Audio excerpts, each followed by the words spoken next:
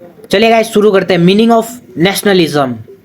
Nationalism दुष्ट व्यक्ति का एक अंतिम सहारा होता है। 7 अप्रैल 1775 को इस स्टेटमेंट को देकर के सैमुअल जॉनसन ने इसे लोगों की समझदारी पर छोड़ दिया। कुछ को इससे समझ आया कि देशभक्ति या देश प्रेम बेकार है, देश प्रेम गलत है, और कुछ के हिसाब से जो देश प्रेम है वो किसी के इल इंटेंशंस को छुपाने का आखिरी सहारा बनता है।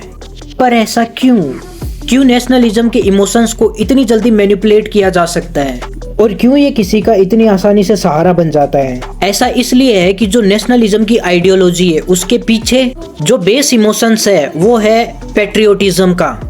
वो एक मैन मेड इमोशंस है, सोशल कंस्ट्रक्ट है, जो कि नेचुरल बायोलॉजिकल इमोशंस के आधार पर बनाया जाता है। फॉर एग्जाम्पल प्यार और डर, क्योंकि ह्यूमन ना कुछ बेसिक सेट्स ऑफ इमोशंस के साथ पैदा होता है। पॉल एकमन्स की मानोगे तो क्लासिक मॉडल के हिसाब से 6 बेसिक ह्यूमंस इमोशंस होते हैं, और अगर उनके एक्सपेंड मॉडल के हिसाब से चलोगे तो ये जो इमोशंस है ये टोटल 10 से 12 होते हैं, और इन्हीं सारी बेसिक्स इमोशंस को कंबाइन करके कई सारे कॉम्प्लेक्स ऑफ इमोशंस फील किया जा सकता है। जैसे जॉय प्लस ट्रस्ट को मिला दे तो हाय प्यार, फियर प्लस सरप्राइज को मिला दे तो उफ वंडर, सैडनेस प्लस डिस्गस्ट को मिला दे तो हट यार।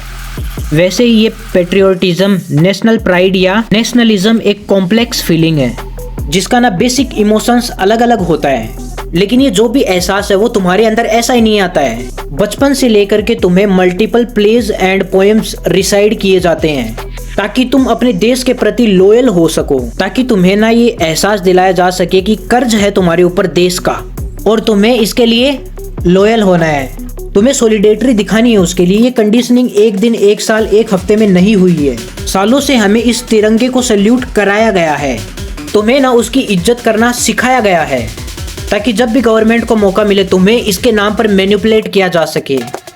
और क्या ही पर्पस होगा ना। अच्छा कुछ रह गया तो तुम बता दो मुझे।